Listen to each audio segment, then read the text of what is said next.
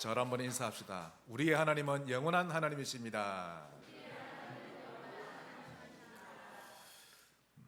오늘 제목이 가득 채우라인데요, 여러분의 심령 속에 하나님의 사랑 가득 채우시길 바랍니다. 하나님의 소원입니다. 하나님의 사랑을 채우고 하나님의 은혜 많이 채우시길 바랍니다. 이 박제라고 하는 것은 짐승의 가죽을 벗겨내고 일단 썩지 않도록 만든 다음에 그 속에 솜이나 대패밥 같은 걸 넣어서 짐승이 살아있을 때와 똑같은 모양으로 만들어 놓은 것을 말합니다. 제가 실제로 호랑이를 박제해 놓은 걸 본 적이 있는데요, 진짜 살아있는 호랑이인 줄 알고 깜짝 놀랐습니다. 뒤돌아봤는데 호랑이가 한 마리 있는 거 있죠. 얼마나 똑같던지. 눈도 매섭고 이빨도 살아있을 때처럼 무시무시한 거 있죠. 독수리도 박제해 놓은 걸 제가 봤습니다. 눈빛이 얼마나 예리한지 먹이를 찾는 것과 똑같은 거 있죠. 부리와 발톱 아주 날카로웠습니다. 하지만 아무리 실제와 똑같아 보여도 실상은 그들은 죽었고 생명이 없었으며 또 움직임이라고는 전혀 없는 죽은 것에 불과하죠. 신앙생활 마찬가지입니다. 아무리 선행을 많이 하고 주의를 아무리 많이 할지라도 그 속에 믿음이 들어있지 않으면 그것은 죽은 신앙생활과 같은 것입니다. 그러므로 신앙생활에 있어서 믿음은 엔진과 같죠. 그래서 믿음 없는 사람은 한 발자국도 내딛질 못합니다. 늘 그 자리에서 계산만 하고 머물러 있지 한 발자국도 못 갑니다. 믿음이 얼마나 중요한지 모릅니다. 여러분은 반드시 기억하셔야 합니다. 하나님은 분명히 살아계신데 믿음에 따라 역사합니다. 내 믿음대로 될지어다 라고 하셨는데 믿음에 반응하신다는 거죠. 그러므로 예수 믿은 지 10년, 20년이 지나도 하나님에 대한 체험이 없다면 그는 현재 종교생활을 하고 있는 겁니다. 자, 여러분, 하나님은 종교입니까? 살아계십니까? 여러분의 부모님이 종교입니까? 아니지요. 분명히 살아계신 나의 부모님인데 그것처럼 창조주 하나님은 분명히 살아계십니다. 그 하나님을 아직 나는 체험을 못했다? 예수 믿은 지 3, 40년 되어도 나는 하나님에 대한 체험이 없다? 반드시 자기 자신을 돌아봐야 합니다. 내게 진짜 믿음이 있는지 없는지. 하나님은 믿음의 역사합니다. 아무리 얼굴을 예쁘게 가꾸고 화장을 진하게 해도 하나님을 안 믿으면 드러나는 것입니다. 하나님은 믿음에 따라 역사하거든요. 예수를 이제 갓 믿은 초신자라 할지라도 진짜 순수하게 하나님을 딱 믿어버리면 하나님이 증거 줍니다. 하나님은 무엇에 따라 역사합니까? 믿음에 역사합니다. 오늘 본문을 보시면 예수님이 안식일 날 회당에 들어가셔서 이제 성경을 읽으십니다. 자, 그 회당이 어디 있는 거죠? 나사렛, 예수님이 어릴 적 자라나셨던 곳인데 저 이스라엘 땅으로 치면 북쪽에 있죠. 그래서 그곳 주민들은 주님을 잘 압니다. 어릴 때부터 자라는 걸 봐왔으니 서로가 잘 아는 거죠.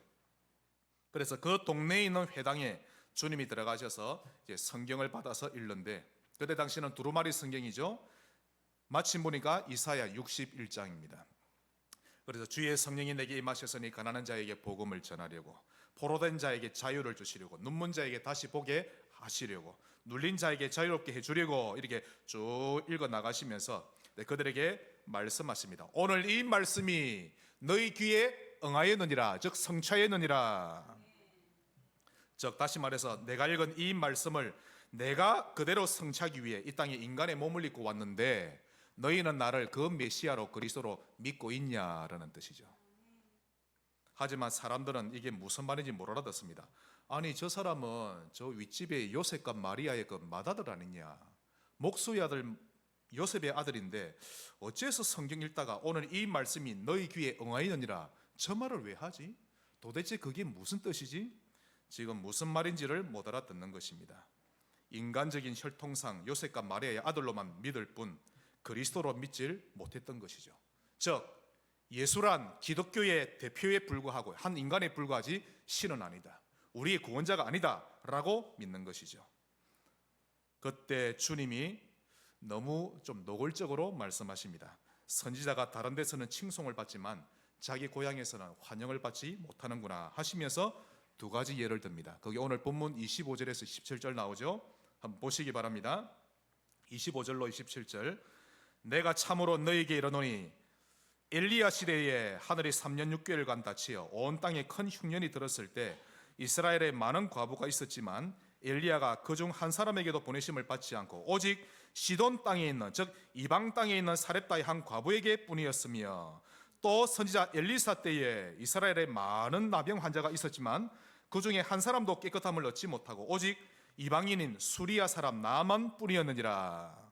즉 엘리야 때 많은 과부가 있었지만 하나님이 인정한 과부는 시돈 땅의 사렙다 과부뿐이었고, 또 엘리사 때는 병든 자가 많이 있었지만, 즉 문둥이가 많았지만 하나님이 치료한 사람은 그 나만 뿐이었다. 내가 지금 이 시대를 보니 하나님은 너희들에게는 응답 안 하시겠구나 라는 말씀이죠. 노골적이죠? 그러자 회당에 있던 사람들이 얼마나 화가 났는지 주님을 동네에서 질질 끌고 갑니다. 가만히 있질 않죠. 옷이 찢어질 만큼 끌고 가고 거기에 낭떠러지 있는데 낭떠러지 가서 밀으려고 했던 겁니다. 갱신하거나 뉘우치라기보다 분노하기만 했던 것입니다. 여러분, 믿음이 없을 때 여러분의 영혼이 가장 위험합니다. 오늘 믿음 꼭 회복하셔야 합니다. 믿음이 없을 때는 전혀 앞으로 나가지 못하고 인간적인 계산만 하는데요, 영적으로 꽉 막혀 있습니다. 신자인데 어떻게 될지를 모르는 거 있죠. 하나님이 보여야 되는데. 저도 학교 다닐 때 영어 공부, 수학 공부를 좀 많이 했거든요. 여러분, 영어 공부하는 것도 이 뇌 구조가 영어를 좀 잘 받아들이는 뇌 구조가 돼야 잘 이어집니다. 수학도 수학이 좀 쉽게 이해가 되어지는 뇌 구조가 돼야 수학이 이해가 됩니다.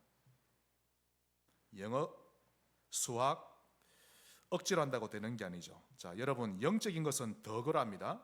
여러분 평상시에 이 뇌 구조가 중요합니다. 평상시에 드라마, 영화, 게임 이런 세상적인 것에 너무 익숙해져 있으면, 죄라는 게 아니라 그게 뇌에 그게 너무 익숙해져 있으면 말씀 외우는 거 아마 많이 힘드실 겁니다.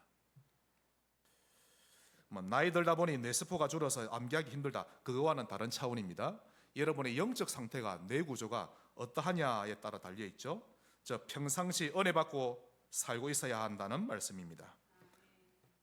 즉 아멘 구조입니다. 머리가 아멘은 나도 그렇게 되길 원합니다라는 뜻이죠. 아까 우리 장로님 기도하실 때 하나님 받든지 하든지 보든지 하게 하옵소서, 여러분이 그렇게 원하는 뇌 구조면 아멘 나옵니다. 그런 구조 아니면요 그냥 멍하니 가만히 있죠. 찬양할 때 영원하신 하나님, 하나님은 나의 영원한 구원자, 아멘 되어지죠. 뇌 구조가 중요합니다. 그러므로 평상시 하나님을 사랑하고 복음을 사랑하고 이웃을 사랑하고 하나님 말씀을 사모하고 말씀이 읽고 싶고 그런 상태를 유지하면 여러분의 뇌 구조는 복음에 친숙한 구조가 되어지는 것입니다. 그러면 여러분은 하나님을 향해 항상 열려있는 영적 상태가 되어지죠. 하지만 이런 영적인 삶을 가지지 못하면 여러분의 뇌는 하나님을 향해 닫혀버립니다. 중요한 순간에 하나님을 선택하지 못하고 다른 걸 선택하게 되어 있죠. 그래 되면 가장 싫어지는 것이 하나님이 되는데요, 딱 하나님에 대해 듣기 싫어집니다. 제일 싫은 것이 예배고 그 다음 말씀이 싫어집니다. 이렇게 믿음 없는 영적 상태가 되면 첫째, 여러분 자신 절대 못 이깁니다. 늘 자신의 기질과 영적 문제에 끌려다니며 살게 되죠.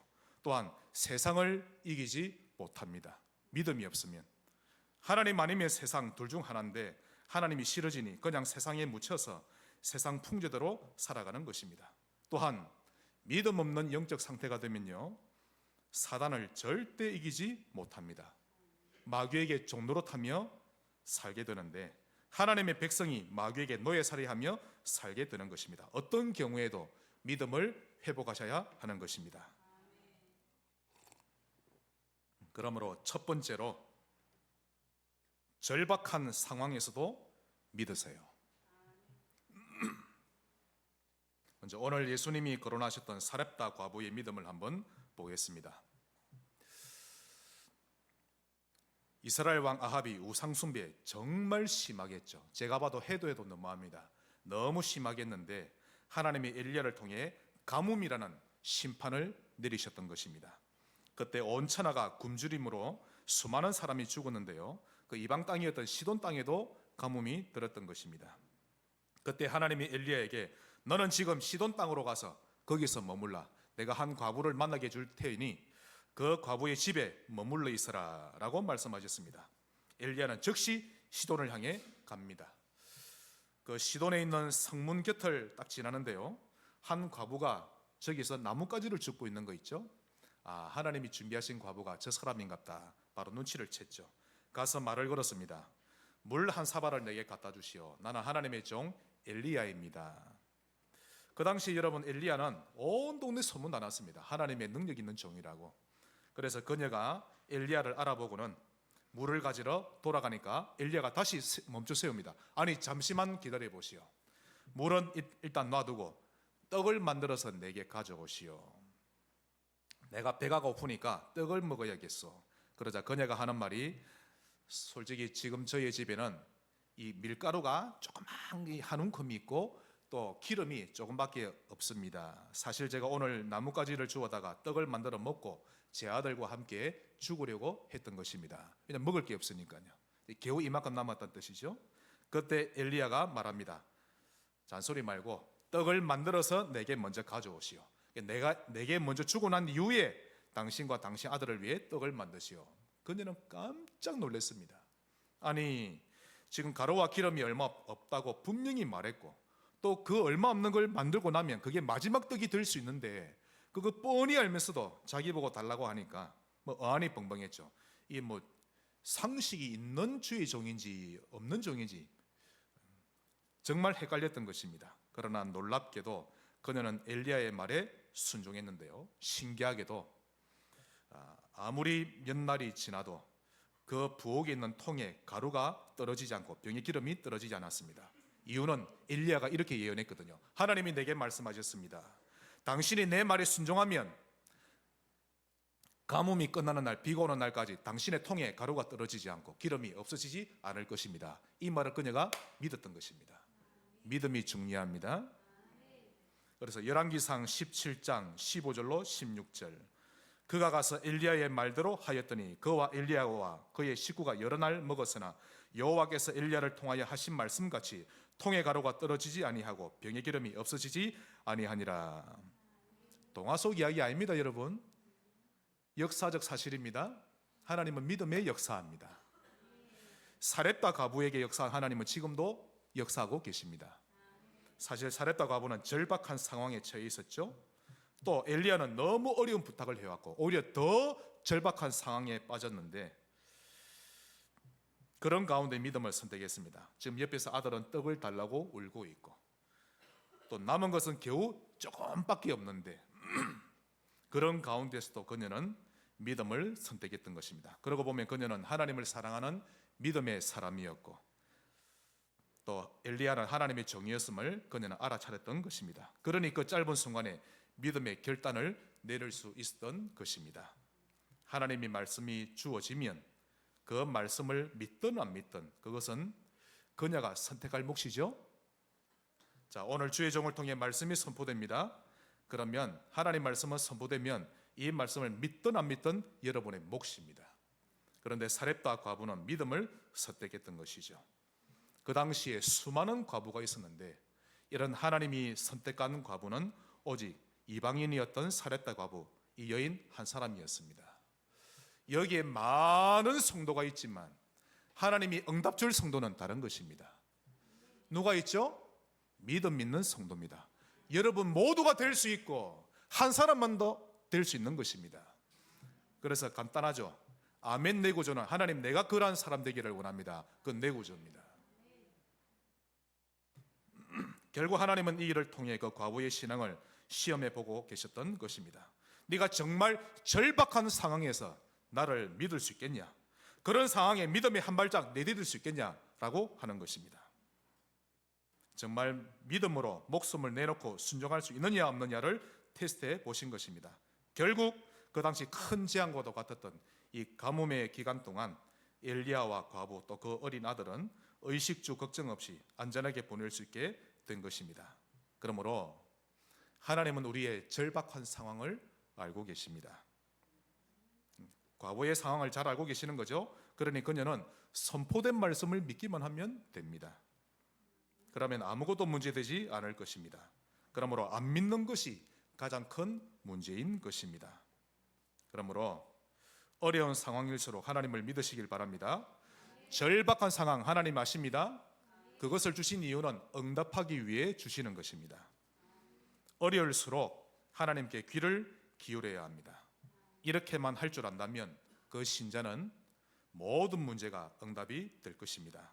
오늘 하나님은 여러분의 내면 속에 믿음을 가득 채우기를 원하십니다. 아니, 여러분 하나님 안 믿으면 뭐로 채우실래요? 여러분의 내면을 하나님 믿는 믿음으로 안 채우면 뭘로 채우실 겁니까? 불신앙요?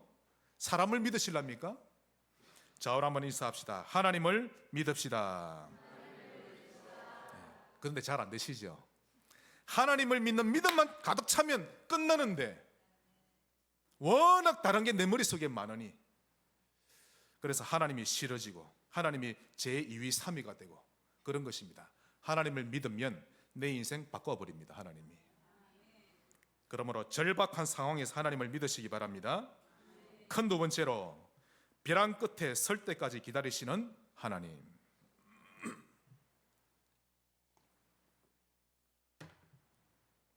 하나님은 우리가 벼랑 끝에 설 때까지 기다리십니다. 우리를 시험해 보시려는 거죠. 왜냐하면 인간은 그다지 위급한 상황이 아니면 자기가 해볼 수 있는 데까지 해보려고 하거든요. 좀처럼 하나님을 의지하려고 하지 않는 것입니다. 예레미야 22장 21절 너가 평안할 때에 내가 네게 말하였으나 너의 말이 나는 듣지 아니하리라 하였나니 네가 어려서부터 내 목소리를 청정하지 아니함이 너의 습관이라. 하나님이 집어서 말씀합니다. 일단 자기가 하고 싶은 대로 다 해보려는 것인데요, 습관이 되어버린 것입니다. 자기가 의지해 볼 수 있는 것은 다 의지해 보는 거죠. 믿는다고 말하지만 실제로는 안 믿는 것입니다. 이것이 복제된 믿음인데요, 실제로는 믿는 듯 보이지만, 살아있는 것처럼 보이지만 죽은 믿음입니다. 그 증거로 내 삶에 하나님의 역사가 없습니다. 결국 나중에 벼랑 끝에 서서 어떤 수단과 방법으로 어찌할 수 없을 때 그때서야 하나님 앞에 나오는 것입니다. 이런 사람의 일생은요, 항상 마지못해 겨우 구출받고 또 겨우 구출받고 하는 그런 인도만 받다가 가는 것입니다. 자, 어느 커다란 여객선에서 사람들이 막 배에서 내리고 있었습니다. 그때 한 귀부인이 발을 헛디뎌서 바다에 빠져버렸죠. 아주 큰 배인데 높이 떨어졌죠. 살려달라고 허우적거리고 바다에서 막 소리치고 있는데요, 주변 사람들이 선원을 보면서 빨리 뛰어내리라, 빨리 구해야 되지 않냐. 그런데 선원은 꼼짝하지 않습니다. 그냥 밑으로만 계속 내다보고 있는 거 있죠. 물에 빠진 여자는 물에 잠겼다가 또 솟구쳐 오르고 또 잠겼다가 또 솟구쳐 오르고 세 번째 또 잠겼다가 솟구쳐 오르지 못하고 쭉 가라앉는 겁니다. 그때서야 선원이 쏜살같이 뛰어들더니 그녀를 건져내고 또 인공호흡을 해서 살려내었습니다. 그걸 보고 있던 사람들이 도리어 화를 냅니다. 저의 부인이 살려달라고 허우적댈 때 빨리 뛰어들어서 건져내야지, 왜 가만히 보고 있다가 다 죽어갈 때 왜 뛰어들었냐. 그러자 선원이 말합니다. 그건 당신들이 모르는 소리다. 물에 빠진 사람은 지푸라기라도 잡고 싶은 심정인데 그때 자기 손에 뭐든지 잡히기만 하면 끌어당긴다. 그 힘이 얼마나 대단한지, 만일 내가 뛰어들었다면 그녀의 힘이 너무 세기 때문에 나도 같이 물속에 들어갔을 것이고 함께 죽었을 것이다. 그래서 기운이 다 빠지고 힘 다 잃었을 때 그때 뛰어들어서 건져내야 한다라고 말했죠. 여러분이 살아보겠다고 발부둥 칠 때는 하나님이 가만히 내버려 둡니다. 수단과 방법을 다 써보고 온갖 노력 다 해보고 그러고 나서야 하나님, 이제 나는 할 수 없습니다, 내 힘으로는 안 됩니다. 그러면서 주여 이제 살든지 죽든지 뭐 흥하든지 쇠하든지 주님 뜻대로 하옵소서라며 100% 맡길 때 그제서야 하나님이 여러분을 건져 올려주시는 것입니다. 저는 지금까지 약 30년 가까운 목회 생활을 하는 중에 수많은 성도들을 만나봤고 상담도 많이 받아왔습니다. 그런데요, 거의 대부분의 성도들이 나중심이라는 고질적인 병에서 빠져나오지 못하고 수많은 갈등에 빠져 있는 것을 보아왔습니다. 그러면 답은 한 가지밖에 없죠. 그를 기다리는 겁니다. 기다리는데 벼랑 끝에 설 때까지 기다리는 거죠. 그때부터 하나님이 하실 것입니다. 만일 목사가 해결해 보겠다고 나서면요, 그 성도는 결국 하나님을 바라보지 않습니다. 제가 많이 시행착오를 겪었거든요. 문제도 깔끔하게 해결되지 않을 뿐더러 안 되게 돼 있는 것입니다. 하나님이 손대고 해결하셔야 깔끔하게 되는 것입니다. 자, 우리 나만 장군의 믿음을 한번 보십시다. 엘리사 시대입니다. 문둥병 환자가 많았죠. 그러나 그들 중에 하나님을 체험한 문둥이는 아무도 없었습니다. 오직 이방인이었던, 또 이스라엘의 원수의 나라였던 수리아, 그곳에 대장군으로 있는 나만이 하나님의 응답을 받았던 것입니다. 겉으로는 위대하고 화려한 장군이지만 속으로는 문둥이, 이 살이 썩어 들어가고 고름이 흐르는 그런 사람이었죠. 한마디로 행복하지 않았고 절망적인 인생이었던 것입니다. 이스라엘과 어느 날 전쟁을 하고 난 이후에 이스라엘 소녀를 노예로 잡아왔습니다. 노예가 나아만 집에서 식모살이를 하고 있는데 자기 주인을 보니 몸이 문둥이거든요. 그래서 한마디 합니다. 우리나라에 주의 종 엘리사가 계신데 우리 주인님이 그 엘리사에 가시면 병이 나으실 수 있습니다. 엘리사의 귀가 쫑긋해졌습니다. 눈이 동그랗게 커졌죠. 근데 그 말이 믿어지는 겁니다. 노예 말인데. 그래서 나아만은 자기 왕에게 가서, 왕이시여, 제가 이스라엘에 가서 병을 좀 낫고 오겠습니다. 왕이 허락을 합니다. 그래서 나아만은 나귀에다가 검은 부와 잔뜩 싣고 이제 엘리사를 향하여 갑니다. 그때 엘리사는 이 초막과 같은 조그마한 집에 거주하고 있었는데요, 나아만이 근처에 왔다는 소식을 듣고는 자기 사환 게하시를 보냅니다. 게하시가 나아만에 가서 말하기를, 저의 주인이 말씀하시기를 요단강에 가서 7번 목욕을 하면 당신의 몸이 나을 것이라고 말씀하셨습니다. 그때 나아만은 순간 자존심이 폭발해 버렸습니다. 열왕기하 5장 11절에 나오죠. 나아만이 노하여 물러가며 이르되, 내 생각에는 그가 내게로 와서 서서 그의 하나님 여호와의 이름을 부르고 그의 손을 그 부위 위에 흔들어 나병을 고칠까 하였도다. 보통 화가 난 게 아닙니다. 즉 나를 무시해도 유분수지, 그래도 나는 대수리아의 대장군인데 이런 대접을 어찌 내게 한단 말인가. 그리고는요, 완전히 화가 나가지고 있는 걸 집어 던지면서 돌아가려고 딱 돌아서는데 옆에 있는 보좌관이 말합니다. 장군님, 노하지 마십시오. 선지자가 이보다 더 어려운 일을 하라고 해도 병만 나을 수 있다면 못할 게 없지 않습니까? 그것도 요단강에 가서 목욕만 하라고 하는데 못할 게 뭐 있습니까? 여러분, 믿음이 생기는 데는 동지가 필요합니다. 얼마나 필요한지 모릅니다. 목사는 늘 믿음으로 살 것 같죠? 아닙니다. 예배 끝난 이후에 여러분이 받은 은혜를 포럼할 때 제가 힘납니다. 예배 끝나고 밥 먹고 서로 모여서 이야기할 때 불신앙 이야기하면 목사는요, 믿음이 쫙 다 떨어집니다. 믿음의 동지가 정말 필요합니다. 여러분의 믿음이 약해서 넘어질 때 동지가 도와주면 5번 쓰러질 걸 한두 번밖에 안 쓰러지는 것입니다. 그래서 지금까지 여러분에게 믿음이 생기기까지 누가 옆에 있어줬는지 한번 잘 생각해 보셔야 합니다. 그리고는 이번 주간 그에게 감사하시기를 바랍니다. 지금 나아만이 그대로 돌아갈 뻔했는데 이 보좌관의 도움으로 다시 돌아올 수 있었죠. 자, 요단강으로 돌아간 나아만은 여전히 분이 다 풀린 건 아닙니다. 멧돼지처럼 씩씩거리며 갔죠. 그런데 마음 한구석에는 내가 엘리사의 말을 한번 믿어봐야 되겠다, 그런 결심이 생긴 겁니다. 하나님은 그런 작은 결심을 보시는 거죠. 그래서 요단강에 1번 들어가고 2번, 3번, 4번, 5번, 6번 갔다 와도 몸이 낫지를 않는 거 있죠. 하지만 그 믿음이 있었기 때문에 마지막 7번째 들어가자 나오자 문둥병은 온데간데 없이 사라지고 어린아이의 피부처럼 깨끗하게 나았던 것입니다. 누구든지 자존심이 상할 수 있고 화가 날 수 있습니다. 그러나 결국 벼랑 끝에서 믿음을 향한 걸음을 내디디면 되는데 그때 하나님은 기적을 일으키십니다. 믿음의 걸음을 내디디세요. 자존심 끝까지 가져가지 마세요. 벼랑에서 떨어지는 날이 옵니다. 하나님 앞에 서시기를 바랍니다. 그러므로 아무리 큰 어려움일지라도 결국 믿음이 승리로 인도합니다. 믿음으로 살면 무슨 일을 만나든지 형통으로 인도해 가시는 것입니다. 마지막 큰 세 번째입니다. 행동으로 옮겨라.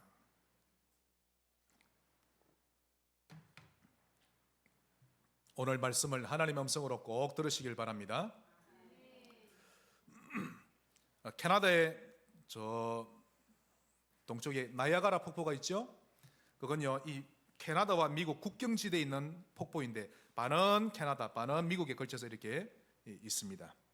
높이 53m, 넓이는 790m나 됩니다.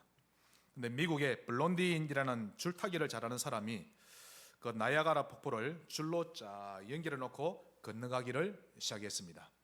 자, 미국에서 캐나다라고 할 때는 길다란 장대를 들고 갑니다. 쫙 위줄타기 하듯이 이렇게. 몇 메다요? 790m. 그리고는 돌아올 때는 수레를 거기 타고 건너오는 거 있죠. 어떻게 타고 왔는지는 제가 이해를 할 수 없는데요. 타고 옵니다. 다시 미국으로 건너왔죠. 그 사람이 건너올 때마다 사람들은 박수를 칩니다. 대단하다고. 그 사람이 이제 미국 편에서 큰 소리로 밑에 있는 사람들에게 외칩니다. 여러분, 제가 이 수레에 이제 한 사람을 태우고 갈 것인데 제가 성공하리라 믿으십니까? 사람들이 믿습니다 하는 거죠. 자, 그러면 누구 자원하는 분 계시면 여기 오셔서 수레에 타시기 바랍니다. 한 사람도 안 타는 거 있죠. 여러분, 믿음이라는 것은 벼랑에서 뛰어내리는 것이 믿음인데 실제로는 아무도 그 수레에 올라타지 못했던 것입니다. 믿음이란 이런 것입니다, 여러분. 그건 사람을 믿는 것이라 우리가 못 믿는 것이니까 당연하죠. 하나님을 믿는 것은 이런 것입니다. 벼랑 끝에서 뛰어내리는 겁니다. 실제로 우리가 믿는다고 하지만 그것을 실행에 옮기는 것은 그다지 쉬운 일이 아닌 것입니다. 사렙다 과부가 엘리야에게 떡을 만들어 주었다는 것, 성경 읽을 때는 대수롭지 않게 여기시죠? 그러나 막상 여러분이 그 상황이 되었을 때는 아마 이렇게 생각할 겁니다. 만일 내가 순종하면 우리 통에 밀가루와 기름이 떨어지지 아니하리라. 그걸 어떻게 믿지? 만일 그대로 안 되면 어떡하지? 계산이 되게 돼 있는 것입니다. 그러나 사렙다 과부는 하나님의 말씀을 믿었겠죠. 만일 못 믿었으면 당신이나 하나님 잘 믿고 사세요. 나는 그냥 떡 만들어 먹고 내 아들과 함께 죽을랍니다. 이랬겠죠? 그러면 하나님의 역사는 체험 못하고 그냥 죽는 것입니다. 믿음을 향한 발걸음 얼마나 중요한지 모릅니다. 따라합시다. 믿음의 한 걸음. 한 걸음만 내디디면 되거든요. 믿음 없으면 내딜질 못합니다. 믿음의 한 걸음이 중요합니다. 이를 위해 어떻게 하면 됩니까? 첫째, 먼저 내 안에 세워져 있는 사단의 망대를 허물어야 한다. 여러분 속에 오랫동안 숨어있는 쓴뿌리, 그것이 여러분 속에서 사단의 망대를 세워가고 있었던 것입니다. 그것은 마치 불상이나 금송아지를 세우듯이 떡하니 세워져 가고 있었는데요, 그 가문의 쓴뿌리가 사단의 망대 역할을 해왔던 것입니다. 여러분이 가지고 있는 기질, 조상에게부터 온 겁니다. 그 기질이 또 자식에게 물려가는 겁니다. 그것 때문에 믿음으로 살지 못하는 거 있죠. 그 망대를 부숴버려야 합니다. 그대로 놔두면 안 됩니다. 여러분의 것이 아닌데 여러분의 것인 것처럼 떡하니 서 있는 것입니다. 뭐든지 내 기분에 따라 판단하고 내 유익에 따라 결정하는 나중심 망대 부서뜨려야 합니다. 또한 예배가 싫고 말씀이 싫어지는 내피림 망대 반드시 부셔야 합니다. 이 망대가 서 있으면 예배가 가장 싫어집니다. 영적으로 더러운 상태가 되죠. 자꾸만 삶이 꼬여지게 만들어가는 것입니다. 그냥 이대로 무너진 채 살다가 그냥 죽을란다, 딱 이렇게 되는 것입니다. 그게 네피림 망대죠. 이런 상태에서는요, 말씀 묵상, 말씀 암송 정말 어렵습니다. 차라리 영어 공부 10시간을 하지 말씀 암송 1분 못합니다. 여러분, 너무 싫어지거든요, 영적 상태가 그러하면. 또한 복음화의 방향 맞추지 못하고 오로지 육신적인 성공만을 위해 살아가게 만드는 바벨탑 망대, 이런 사단의 망대를 가만두지 말고 반드시 부셔버리시길 바랍니다. 그 방법은 여러분 속에 믿음만 생기면 됩니다. 믿음은 들음에서 나면 말씀을 들으셔야 합니다. 말씀을 들으면 들을수록 여러분 속에 있는 사단의 망대 부서지기 시작하는 것입니다. 아주 간단합니다. 이 방법밖에 없습니다. 믿음만 생기면 됩니다. 다른 방법을 취할수록 사단의 망대 더 높이 쌓아져가는 것입니다. 그러므로 말씀 위에 서시기를 바랍니다. 믿음이란 무엇입니까? 말씀 위에 서는 것입니다. 하나님의 말씀. 자, 여러분, 믿음은 합리적인 생각에 기초한 것 아닙니다. 믿음을 자꾸 이성적으로 이해하려고 하면요, 결국 낭패에 부닥치게 됩니다. 하나님이 말씀으로 천지를 창조하셨다, 이성으로 이해할 차원이 아닙니다. 믿음으로 이해되는 것입니다. 처녀가 잉태해서 아들을 낳을 것이다, 이성적으로 이해하려고 하면 한계가 옵니다. 하나님이 믿음을 주시는 거지요. 예수님이 죽은 지 3일 만에 부활하셨다, 이성적으로 과학적으로 설명을 하지 말고 하나님이 주시는 믿음으로 다가가야 합니다. 그러므로 믿음이란 말씀 위에 서는 것입니다. 우리 하나님은 시간과 공간과 물질을 초월하는 창조주시기 때문에 능치 못하심이 없어지죠. 그러므로 하나님이 하시는 일을 인간의 좁은 이성과 또 과학을 통해 이해하려고 하는 것은 어리석은 짓인 것입니다. 하나님의 역사는 무조건 말씀을 통해 믿어야 하는 것입니다. 또한 믿음은 마음의 느낌으로 오는 것 아닙니다. 사람의 마음의 느낌은 항상 변합니다. 기분이 좋을 때도 있고 나쁠 때도 있고 편안할 때도 있고 불안할 때도 있고 또 컨디션이 좋을 때도 있고 안 좋을 때도 있고. 여러분, 부부싸움 한번 해보세요. 나 예배 안 간다, 안 믿을란다, 뭐 하나님 왜 믿냐? 기분은 그러합니다. 좋을 때도 있고 안 좋을 때도 있고. 믿음은 마음의 느낌으로 오는 게 아닙니다. 사람은 기분에 따라서 좋게 평가하기도 하고 안 좋게 평가하기도 하는데 그것이 인간이죠. 즉 우리의 기분에 따라 하나님의 역사가 일어나고 안 일어나고 하는 것이 아닌 것입니다. 자, 지금 우리 기분에 버스가 올 것 같다, 그런다고 버스가 오는 거 아닙니다. 시간표에 따라 오는 것입니다.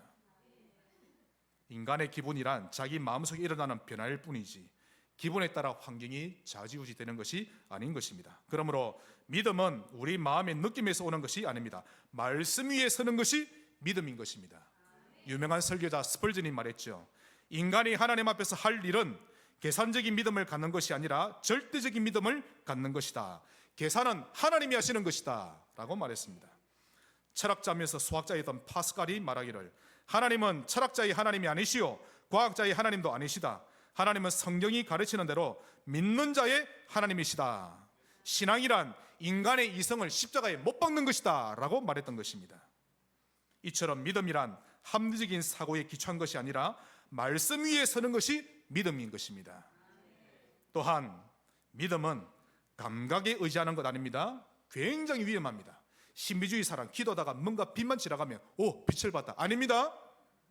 느낌도 아니요 감각도 아닙니다. 하나님은 실제이시요 살아계신 하나님이십니다. 믿음은 감각을 초월하는 것이지 감각에 따라 믿음이 좌지우지되는 것이 아닙니다. 자, 오라비 나사로가 죽은 것을 두 여동생은 분명히 봤습니다. 장사 지내고 무덤 속에 넣는 것도 봤고 또 죽은 지 나흘이 되자 썩은 내 나는 것도 다 보았죠. 그러니 보고 듣고 냄새 맡는 감각으로 따져보니 오라비가 죽은 것이 확실했던 것입니다. 그러니 두 여동생 마르다와 마리아는 주님이 너의 오라비 내가 다시 살리리라 이 말씀을 믿지 못했던 것입니다. 감각에만 의존했기 때문에. 여러분은 주님을 보셔야 합니다. 하나님이 보여야 합니다. 지금도 목사의 설교가 들릴 게 아니라 하나님 음성으로 들려야 합니다. 그래서 주님이 호통을 치셨죠. 마리아야, 네 오라비가 다시 살리라. 그 말씀을 왜 못 믿냐? 네가 좀 전에 말하지 않았냐? 믿으면 하나님의 영광을 보리라 하지 않았더냐 네가. 그런데 그 믿음이 어디 갔느냐? 호통치셨죠. 즉 감각적인 신앙생활로 살지 말라라는 주님의 말씀입니다. 여러분, 믿음은 감각으로 사는 것 아닙니다. 아무튼 믿음으로 여러분의 속을 가득 채우시길 바랍니다. 믿음이 있는 말을 하고 믿음 있는 손과 발이 되고 믿음 있는 선택과 결정하시기 바랍니다. 한마디로 여러분을 믿음으로 가득 채우라는 말입니다. 여러분 속에 하나님이 믿어지면 끝입니다. 1%만 채워져 가도 하나님 역사합니다. 그러니 한 걸음 한 걸음을 하나님 앞에 다가가세요.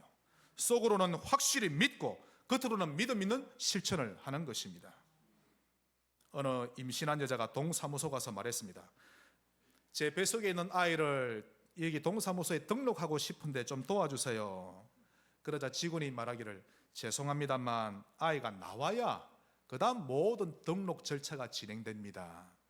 애가 나와야 아이의 성별도 적고 태어난 날짜, 그 다음에 혈액형, 지문 다 찍고 하는 것인데 아직 안 태어났으니 애가 나오고 나면 그때 다시 오시기 바랍니다. 믿음을 속으로 품고만 있지만 말고 기도로 표현하고 또 헌신과 섬김으로 표현하고 그때 알짜배기 믿음으로 등록되는 것입니다. 믿음으로 여러분 자신을 가득 채우시길 바랍니다. 말씀의 결론을 맺겠습니다. 하나님의 자녀는 믿음으로 살다가는 것이 맞습니다. 한 번 더 좌우로 인사합시다. 믿음으로 삽시다. 여러분, 사람을 너무 보지 마세요. 하나님을 보셔야 합니다. 사람 보면 낙심할 것밖에 없죠. 하나님 자녀라면 하나님을 믿는 믿음으로 사는 게 맞지 않습니까? 그렇게 사는 것이 가장 아름답고 가장 보기에 좋은 것입니다. 그러므로 어떤 이유에서든지 믿음 생활하지 못하고 불신앙으로 살면 반드시 후회할 날 옵니다. 잠언 5장 11절로 14절. 두렵건대 마지막에 이르러 내 몸 내 육체가 쇠약할 때, 즉 내가 죽음 앞에 섰을 때, 이 말이죠. 네가 한탄하여 말하기를 내가 어찌하여 훈계를 싫어하며 내 마음이 꾸지람을 가비어 여기고 내 선생 즉 지도자의 목소리를 청종하지 아니하고 나를 가르치는 이에게 귀를 기울이지 아니하였던고. 많은 무리들이 모인 중에서 큰 악에 빠지게 되어노라 하게 될까 염려하노라. 반드시 후회할 날이 옵니다. 제가 우리 렘넌트들에게 또 성도 여러분에게, 렘넌트들아 또 성도님들, 믿음으로 사세요. 교회만 왔다 갔다 하지 말고 교회 속에 들어오세요. 헌신하며 사세요. 사모를 하며 삽시다. 갱신하시기 바랍니다. 그러므로 아름답고 설레는 마지막을 맞이하시기를 바랍니다. 즉 죽음 준비를 잘하자는 뜻입니다. 디모데후서 4장 6절로 8절. 바울의 고백이죠. 바울이 죽음 직전을 예측하고 디모데에게 그 유언장을 남기는 메시지입니다. 이 전제, 이거는요 하나님께 피제사 드릴 때 거기에 짐승을 꽉 짜서 낸 기름을 말합니다. 전제, 그 제사입니다. 전제와 같이 내가 벌써 부어지고, 즉 온갖 기름을 다 짜내듯이 내 삶을 다 그리 살았다, 그런 뜻입니다. 전제와 같이 내가 벌써 부어지고 나의 떠날 시각이 가까웠도다. 나는 선한 싸움을 싸우고 나의 달려갈 길을 마치고 믿음을 지켰으니 이제후로는 나를 위하여 의의 면류관이 예비되었으므로 주곧 의로우신 재판장이 그날에 내게 주실 것이며 내게만 아니라 주의 나타나심을 사모하는 모든 자에게노니라. 면류관이 예비된 인생 되시기 바랍니다. 아멘 하신 분에게 그대로 응답될 줄 믿습니다. 그게 뇌 구조가 그러하거든요. 면류관이 사모되는 영적 상태, 나의 뇌 구조, 하나님을 사랑하는 나의 뇌 구조. 마태복음 25장 21절. 그 주인이 이르되 잘했도다 착하고 충성된 종아, 내가 적은 일에 충성하였으며 내가 많은 것을 내게 맡기리니 내 주인의 즐거움에 참여할지어다. 잘하였도다 착하고 충성된 종아 라는 칭찬 받으시기를, 믿음의 사람으로 살다 가시기를 주 예수 이름으로 축원합니다. 하나님 감사합니다. 우리의 내면을 믿음으로 채워 주옵소서. 믿음으로 살다 가게 하옵소서. 예수님 이름으로 기도합니다. 아멘.